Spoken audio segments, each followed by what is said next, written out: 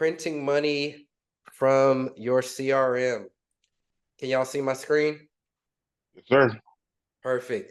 Perfect. So two main things that I want to go over. And I got Christian to make these slides today. He's dabbling in the slide making. So we're gonna give him some grace on the design. But he did a good job. So printing money from your CRM. So two main things we're going to talk about: unlocking the potential of your database, and then transforming contacts into contracts. All right, those are two big things, and especially in this business, I find that most agents and most people aren't using their CRM, or they don't know how to use their CRM, or they're using less than 10% of the abilities of it. Right? And then people get in the mood of collecting names and numbers and email addresses, but they don't transform those into contracts. And when you are truly about printing money from your CRM, both of these have to be in unison. You got to know how to use the CRM the right way, and you got to know how to transform contacts. So, your business and your role. Well, one thing about running any business, well, no, I'm going to say this. One thing about running a sales business, and real estate is a sales business, is you have to play the role of a salesperson. Think about any other sales companies out there: insurance agents, car salespeople, heck, somebody trying to sell you a roof. You go into their office, they all have some type of softwares and system pulled up on their computer with all your info in there. They're typing notes. It's used like second nature, right? But here on the real estate side, here in our businesses, we treat a CRM like it's, oh, I get it for free, or oh, it's there, I just don't use it, or you just treat it like it's not that important. When in all actuality, if you're a salesperson, your database is everything. It's everything. It's something that, as long as you're on the computer, your database should be pulled up all the time. As long as you are sitting in front of your computer, your database should be up. Any phone call you take, your database should be up, right? It's important because you are running a sales business, and the most important word in that isn't sales, it's business. And how does a business effectively run? It runs with systems and processes. And if you are not having the most essential system of a sales business, then you're not running a business. You're not. You're just flying by the seat of your pants, whatever you get. Okay? Then, personal affirmation of never being broke due to a robust database. What does that mean? I've said this time and time again. I can have $0 in my bank account, but I will never feel broke. Why? Because I know that there is money just a phone call away. There is money just a phone call away. There is money just an email away. How do I know that? How am I confident in that? Well, because I have a database of 5,000 people, 6,000 people, and if I really am using it how I'm supposed to be using it, I should never be broke. Cool thing about real estate is all these people in your database, how did they get there, or why are they there? They've raised their hand at some point saying, I want to buy, I want to sell, I want more information on this, I like this property, can you take me to see something? They've gotten there some kind of way related to what you sell. Can we all agree with that? They've gotten there some kind of way related to what you sell. Now, why aren't they a sell for you yet? Did you not follow up? I can go down the list of excuses that people probably want to tell me. Oh, they weren't ready. Oh, their credit was bad. Oh, they didn't have a bunch of money. Well, guess what? You know as well as I know that when people are in the position to do that real estate transaction, they do it. They do it. And then you end up getting on Facebook, seeing that they done bought a property or that they done sold their property, and you're sitting there wondering what happened. They didn't call me. They didn't reach out to me. Guess what? That's your job. That was your job.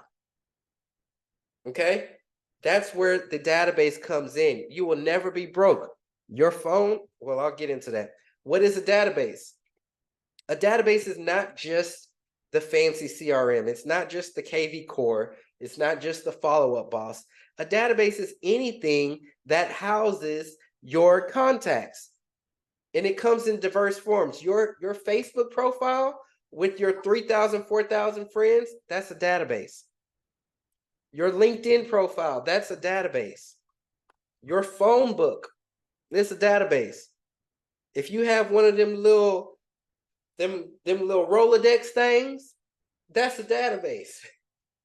If you have one of them notebook looking things from back in the day where you got to slide the little slider and it pops up to the letter that you're looking for, that's a database.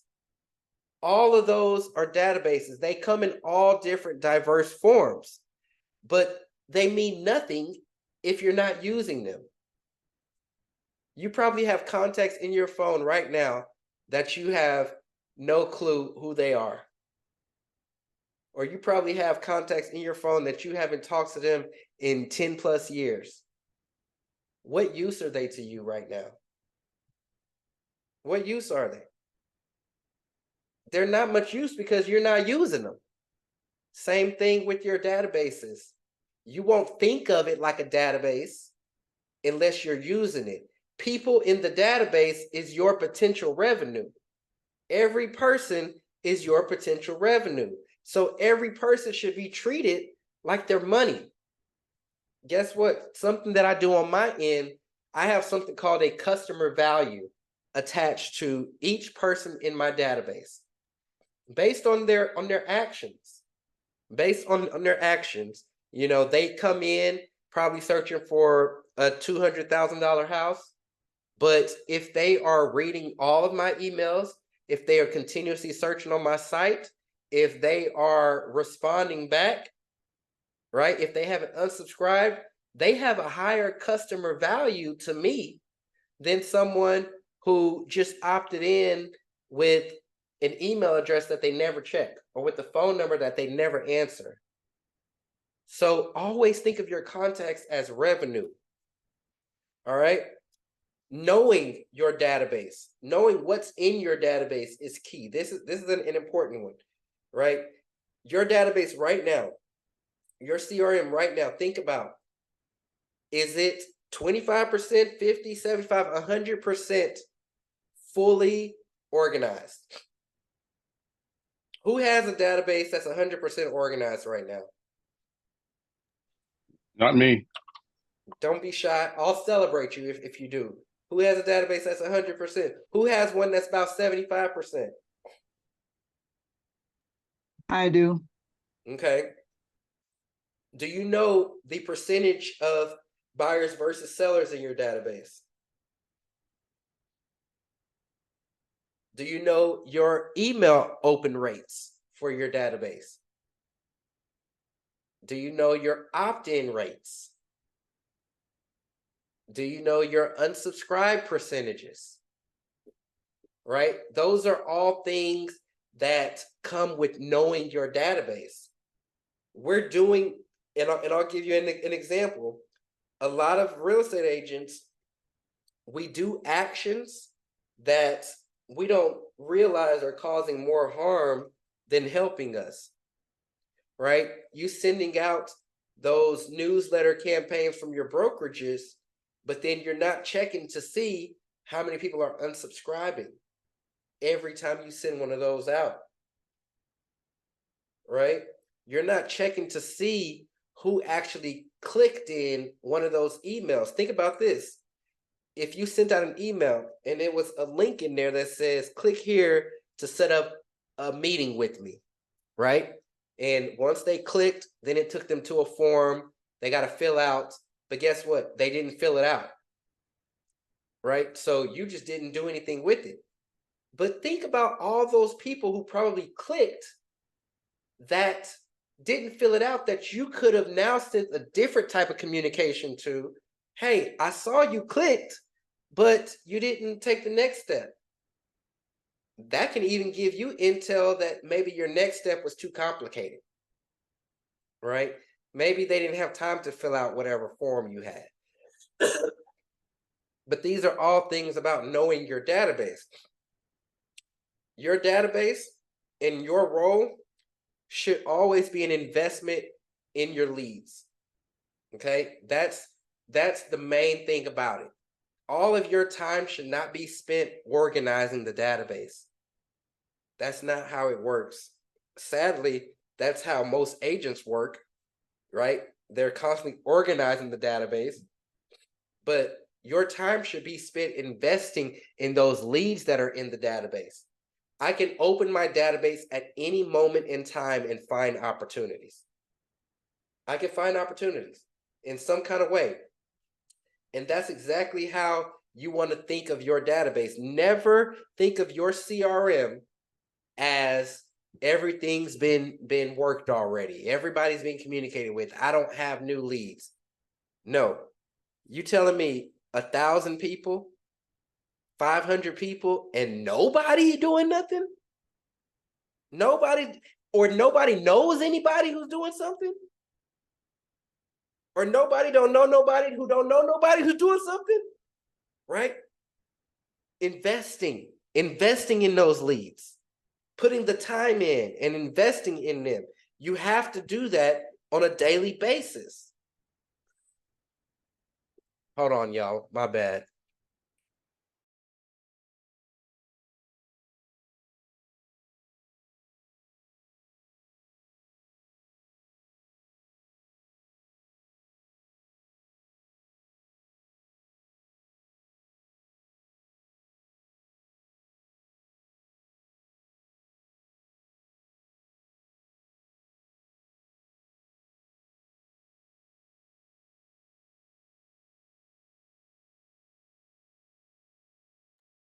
All right. Sorry about that. Okay. So leads and database. So from leads to money. Let's talk about how leads build a strong database. Now, the thing with this is, us as agents, one of your main roles is lead generating. It's lead generating. So you want to every single day be generating as many leads as possible. Every day there should be new leads going into your database. If you're not, that's a problem. Because guess what? A database, it's a funnel. So people come in, some people get funneled out.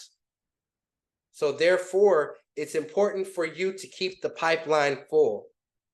Those of you who have gone through the apprenticeship, you know, we talked a lot about DDPs, putting out those lead magnets. As long as you're doing that, your database should stay filling up. All right. The database is how you get those monetary gains. Each action and each step someone takes in your CRM is a monetary gain. Okay. Think about that. Each action or each step somebody takes in your CRM, in your database, is a monetary gain for you.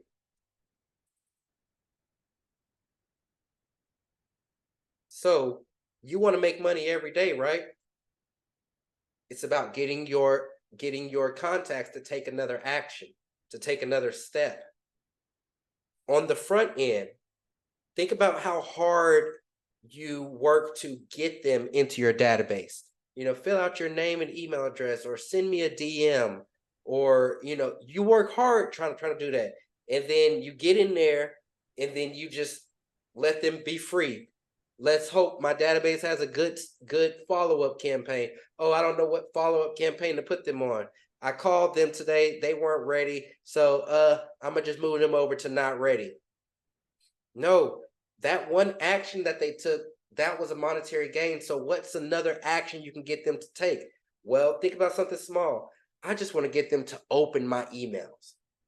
If I can get them to open my emails, then there's a good chance that my emails won't end up in spam. Now that I see that they're opening my emails, hey, that's a $5 gain right there. Now I want to try to get them to reply to an email. Get them to open up to me. So I'm going to send them something to get them to reply. I want them to know that I'm a real person and they're a real person. Now I want to get them to XYZ. I want to get them to reply. Now I want to get them to set up a listing alert on my website. I'm going to tell them exactly how to do it. I want them to set it up for themselves so that way they can stop relying and looking on Zillow and all those places. Boom, another action taken. That's how you build up to that appointment, which ultimately builds up to that closing. That's how you work these leads, because as you know, oftentimes you're not going to get them in and then get them in bed that night. People are a little bit more conservative these days. You got to work them up. Look, Freedom, look, oh, I got that one. I got it. I understood that. Look, Jay, see, you know, like everybody's had a session before.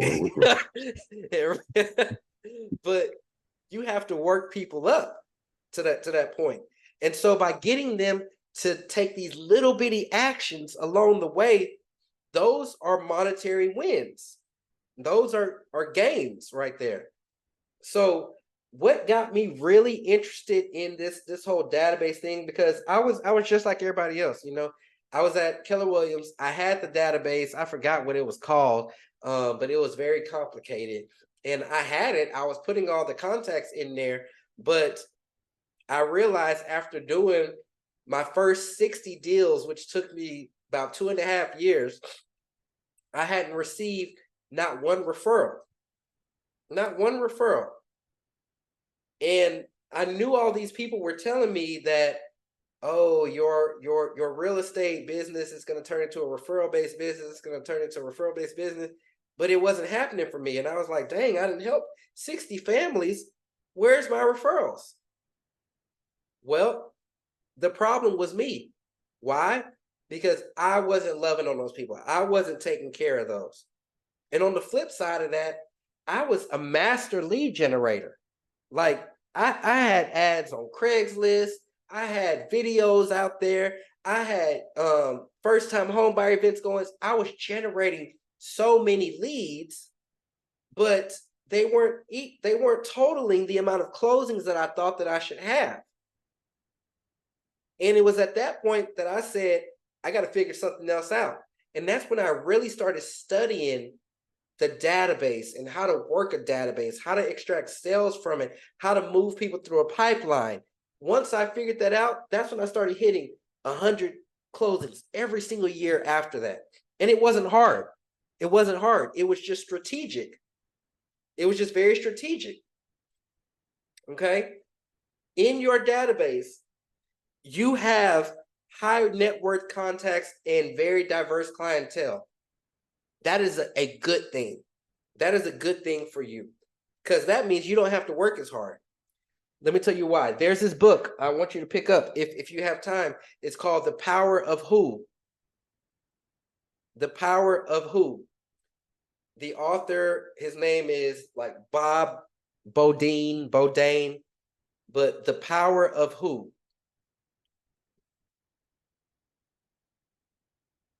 This book talks about how you already know everybody who you need to know to do anything that you want to do or to get anything that you want. And it's so powerful because the book really takes you through the power of connections, right? Everybody on this call, including myself, we are connected to the Obamas, to the Clintons, to the Mark Cubans, to everybody, anybody who you can imagine, you can trace a connection to them, right? Even now, sitting on this call, James probably knows some people that knows some people that knows some people that can get me connected with somebody who I really want to be connected with. Same for Freedom, same for Marissa. But we don't use those connections how we need to. It was very profound to me. I had went into a meeting with an insurance agent who was trying to sell me life insurance. I didn't know that's what he was trying to do at this meeting. But anyways, I sat there through the meeting, and then at the end of the meeting, he pulls out this piece of paper that he printed out, and it had like 10 of my LinkedIn connections on there, right? And he slid it across the table. He said, "Hey, I found these people on your LinkedIn. Do you think you can make an introduction to me from me to them?" And I'm sitting there, I'm like, I can't be like no and be a dick. I was like, okay. But I found that to be so strategic. Like, he literally went to my LinkedIn and had a printout ready to go for the end of our meeting to ask me to make an introduction to some people on there. And that's how this works. So think about now, after that introduction, they have a meeting with him, and he does the same thing to them, and he does the same thing to those people. He's going to keep going up the ladder, and there's no telling where he can end up being in front of. Right? That's what high network contacts mean. Don't think of everybody in your database as they not ready. Don't think of people in your database as they got bad credit. No, think of these as high network contacts and diverse clientele. That's your database. They got a friend, they got a family member. That person has a friend, that person has a family member. How far are you willing to go to get that deal done?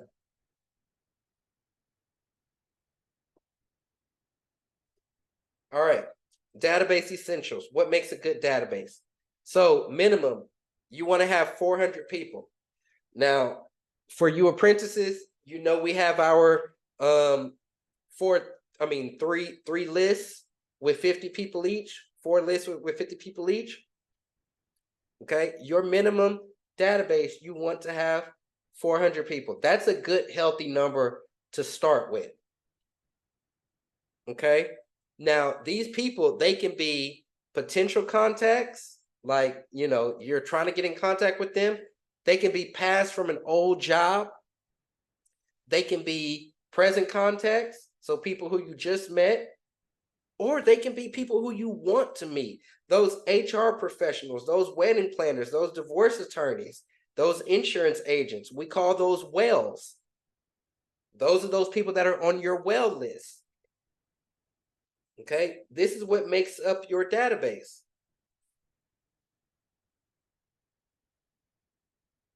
Now, the necessity of a CRM. I don't want to beat this in the head too much, but I know some people are still using notebooks. I know some people are still using sticky notes. All right, but I need you to know that we're in 2024 right now, and you are limiting yourself using those traditional methods. Not saying they don't work, but I'm saying that you are limiting yourself. You are making yourself have to work harder. Okay, a lot of these CRMs, and I'll tell you all about the one that we have, a lot of these CRMs, they have major advantages when it comes to automation, when it comes to follow-up, when it comes to organization, and to management. Okay, so don't think that you're going to be better. Oh, I just work better with pen and paper. Good for you. Good for you. But I need you to work better with this CRM, because you're limiting yourself. All right. Like, have the piece of paper on your desk all day, but at the end of the day, put all that stuff in the CRM. You need something scalable. Think about when you hire that assistant, when you hire 2 buyer's agents, future pace yourself, speaking into existence. What you're gonna hand them a stack of composition notebooks? No, it's gonna limit you. It's gonna limit your reach, and it's going to be at a major disadvantage. Okay. A CRM is supposed to be simple. It's supposed to be simple, and it's supposed to make you more productive. All right. Think about reaching out to people. There's only 24 hours in a day. Most of us have families, other obligations. It's rare that I know these aren't power unit people, but it's rare that I come across agents who work 8 hours a day. And so there's only so many people you can contact in the midst of doing all the things that you have to do. There's so many people you can follow. There's only so many people you can follow up with, right? So think about that. Think about your CRM taking over all of that. Like, that's what it's made for. All right. So detailed information gathering. This is important. An email address is not all you need. You know, we have the All About You form, which everybody should be using. You want to collect all of that information. You want their birthdays. You want their spouses' names, their pets' names, their kids' names, where they work. Jason, why do I need to know where they work? Well, because when they close on that house, you want to send the biggest gift to their job to have everybody asking who sent you that. How about that one? Love it. Or when they start working with you, you want to send cookies for the whole office with a card on there that says, from such and such realtors, give me a call, right? That's why you want to know where they work at. Their birthdays, same things. You want to send them a birthday surprise to their job.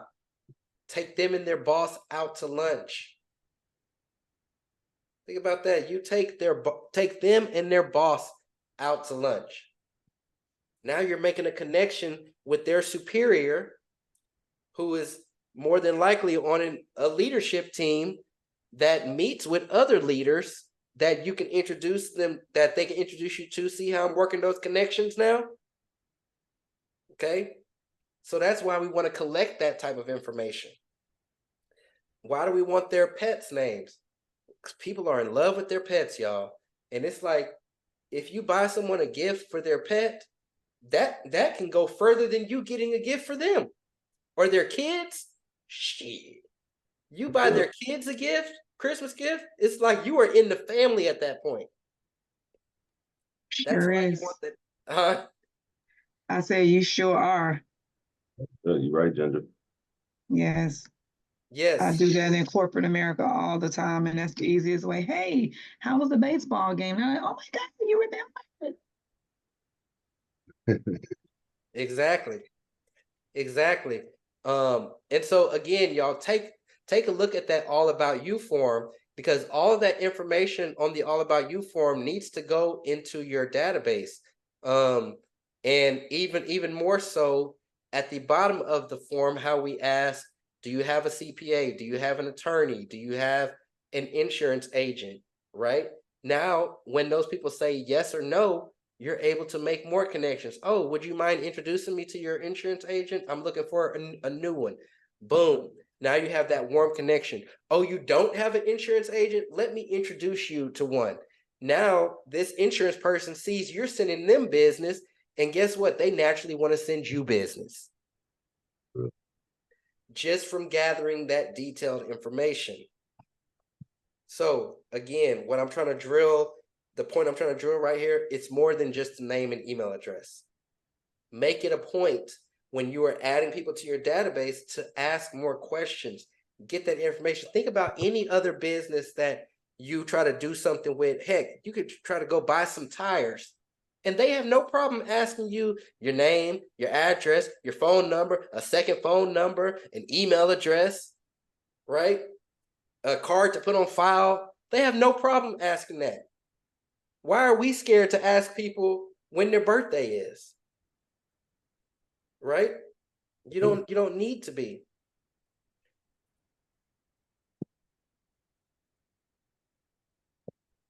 Okay. Now, with the marketing strategies, with the marketing strategies.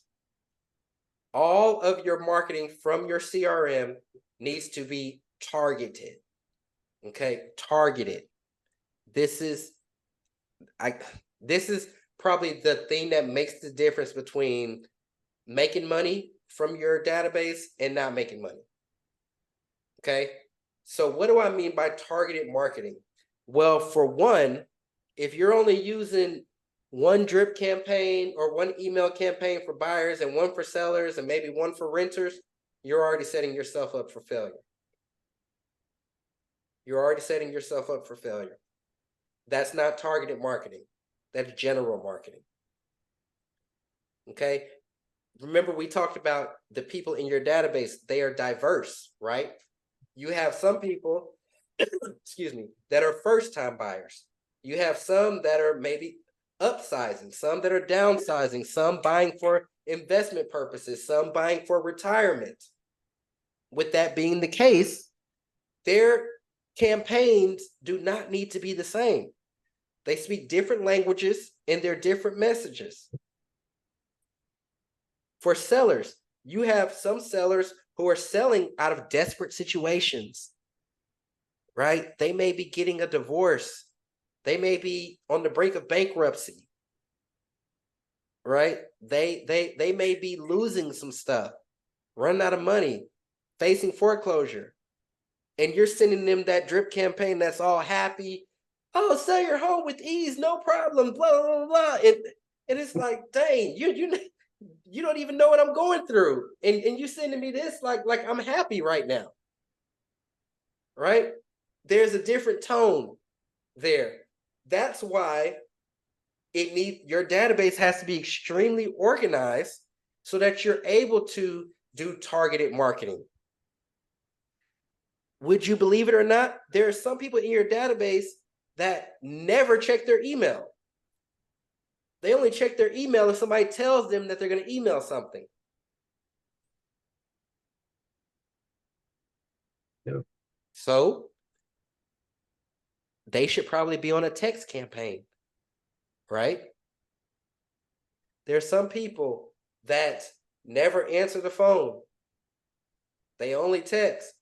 Like, yo, I literally have friends that I can call right now and I'll get an immediate text back. Hey, what's up? Right? Because they don't like to talk on the phone. And I done kind of got like that in my older age. But it's the truth. But you need to know that about your people so that way you can be more targeted with your marketing. If you are reaching out to people with the message that resonates with them, with the medium that they receive messages, whether it's phone call, text, emails, their desired communication medium, and speaking their language, you have a much better chance at converting them to a client of yours. All right. Then you partner that with using that detailed information, right? So in that email, hey, I know last time we spoke, you said that A, B, C, D, E, instead of, hey, we talked 3 months ago. Are you ready now? Or you said that you'd be ready in 3 months. The market's hot. It's changing. It's like, man, okay. So organizing, segmenting.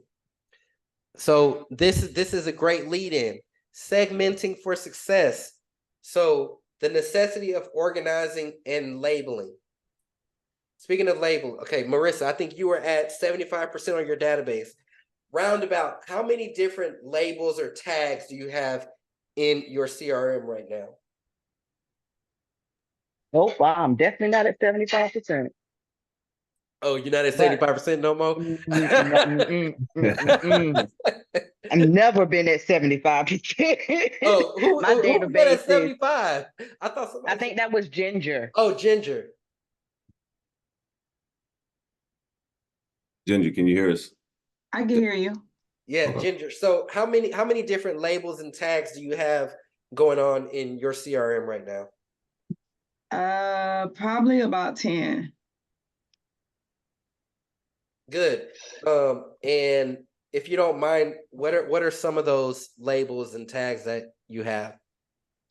I have it for sellers, buyers. I have it for different price points, different areas, different, like situations. For example, if a person I have this thing like if they're in dire need, if it's something that could be long term, I have it based on if it's an investment, are they looking for investors? If it's a pre-construction project, if it's new construction, I also have one that's for the VA or the veterans, because all of those things, or anything government, anything, just Yep. different. Everything's just pretty much broken down. Just because it makes it easier for me when I have to cipher through things, I could just go directly to what I need. I absolutely love that. So yeah, that was a great example. Organizing and labeling, right? You do this one time, it will forever serve you. And my whole thing is have as many tags as you can comprehend and still be organized, right? And when I tell y'all, I have tags in my CRM. I have first time buyer, I have investor, I have realtors, I have affiliates who are, title companies, lenders, I have vendors, and then I have what type of client they are, right? Then I have their price points. So I have price point ranges. Then I have tags for their problems. We tend to see the same problems over and over. It's either money, credit, timing, right? Mhm. I have tags for their problems. I have tags for their interests. So like I've even put people in groups for interests. These are my restaurant lovers. These are my movie lovers. These are my sports lovers, right? I have a male female tag, but it's 2024. So hold on, sorry y'all. Might be some thems and some days. Right. Yes, it's Some identify 2024. as. But we're not gonna get into all that today. Yeah. But I have that in there. And so the more you can label, so think about now if I want to send out because we just talked about it, a targeted marketing email to my first time buyers who are in the 300 to 500 price point who said that they have money problems, I can choose all of those tags and I know who those people are. I can send out a message specifically for them. I can invite them to a specific event that is for them. Right now, they feel more personal with me because I'm not just talking to the masses. Okay. Another thing about segmenting, efficient access and usage of information. Same thing like I just said. When you get that database of, starting at 400, once you get that first 1,000, that first 2,000, 5,000, it gets hard to know who everybody is. Like it literally does. And there's oftentimes, even today, that my phone rings, and I hate to say this, but someone will tell me, "Oh, this is such and such. You helped us with this property, and we're ready to do something in." I literally have to look it up, and luckily, I keep such detailed stuff in my database to figure out who this person was. I was looking at old graphics.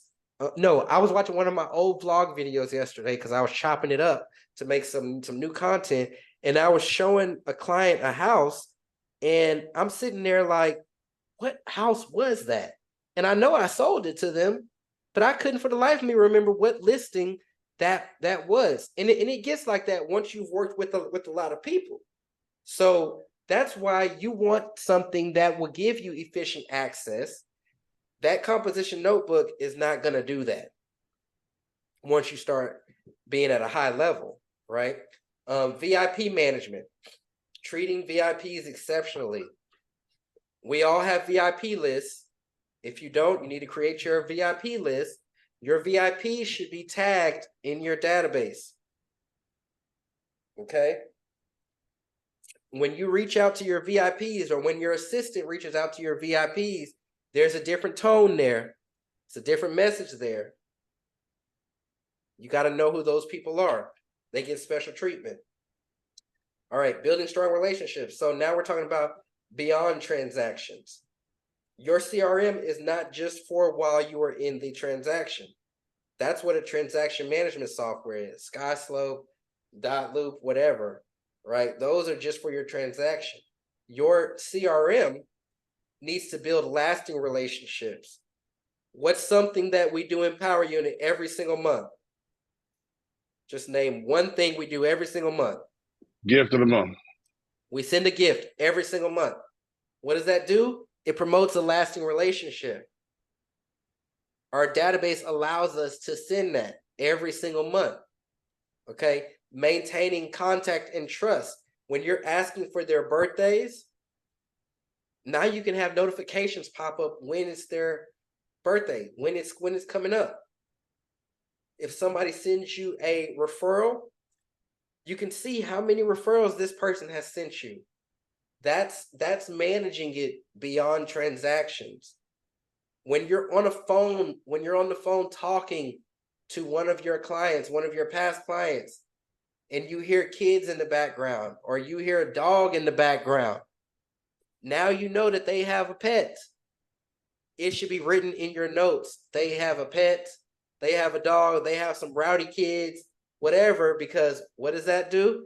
When you talk to them the next time, you can pull out that fun fact. How's the dog today? Seems awfully quiet there. Are your kids asleep? It's like, oh, I didn't even tell you I had kids, but yeah, they in their sleep. You know, you got trust building. All right. Referrals, nurturing those relationships for referrals. If you are if you are creating those lasting relationships, doing the things that we do monthly gifting, letter of the heart, client appreciation events every quarter, right? That's nurturing those relationships for referrals. Okay, you're creating that referral centric culture to where now your business turns around to where you're pretty much just working off a referral. All those leads coming into your database now are referrals from the people that are already in there. How beautiful would that be? How beautiful would that be? I'm telling you, it's 100% possible. And some of you apprentices, you're probably experiencing this already, right? Those leads, those past clients, they're sending referrals. Okay, that's creating that referral centric culture.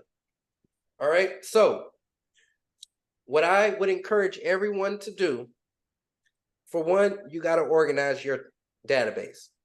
Organize it to the T. Organize it to the T. Everybody needs to be tagged. Everybody needs to be segmented. You need to have people on the appropriate lists. As much info as you have on them needs to be in that database. And if you don't have that information on them, guess what? It's time for you to reach out to everybody in there. If you look in our script book, you'll see a script for updating the database, where now you can give them a call because you're moving over to a new system and you want to make sure that you have all their right information. Or you can do, I don't think she's on here today. Helen, I believe it was Helen, sent all of her past people an All About You form through Google Sheets. I think James might have did something like that too, but yeah, send your past people a Google Forms of the All About You form so they can fill it out. So now you can get that updated information to put into your database. Another thing I want you to do is look at your past usage. I want you to look at the emails that you've sent, the text messages that you sent, the links that you've put out, and look at the metrics for them. Look at the percentages of people who are opening them. Look at the percentages of people who are clicking them. Look and see how many views you're getting on your funnels, on your pages, right? And from there, now you can start optimizing to make them better. There's simple things that can be done to get you better results, but it's going to start with this database. Few big takeaways. If you're on the computer, your database stays open. If you're making a phone call, you better have that database open. You better have those notes written in there. And I'm not just trying to say this to give you busy work. This is how you create a leveraged business. When you end up having as many team members as I do, I want everybody to be on the same page. If somebody calls in, somebody emails in, do you think I want 20 people calling me to ask me what's going on with this, what's going on with that? No, read the notes, read what's in there, listen to the recording. That's how you create a leveraged business. Now, to create that predictable business, you got to know how much money you're sitting on. I can guarantee you, some of y'all are sitting on thousands of dollars right now. Thousands of dollars in commissions, if not hundreds of thousands in commissions, just from the contacts that you already have. Literally, just from the contacts that you already have. But you spend so much time trying to find new people who's ready to go, this, that, and the other. No, that's not the effective way to do it. You're going to constantly feel like you're on that hamster wheel, and you're going to have a yo-yo business. You're going to feel like it's up, and then when it goes down, it's going to go down, down, down, down. That's not what you want. So build that referral-centric culture, build that inbound lead generation system, nurture your people, really understand the power of relationships, and use these power unit tactics for this.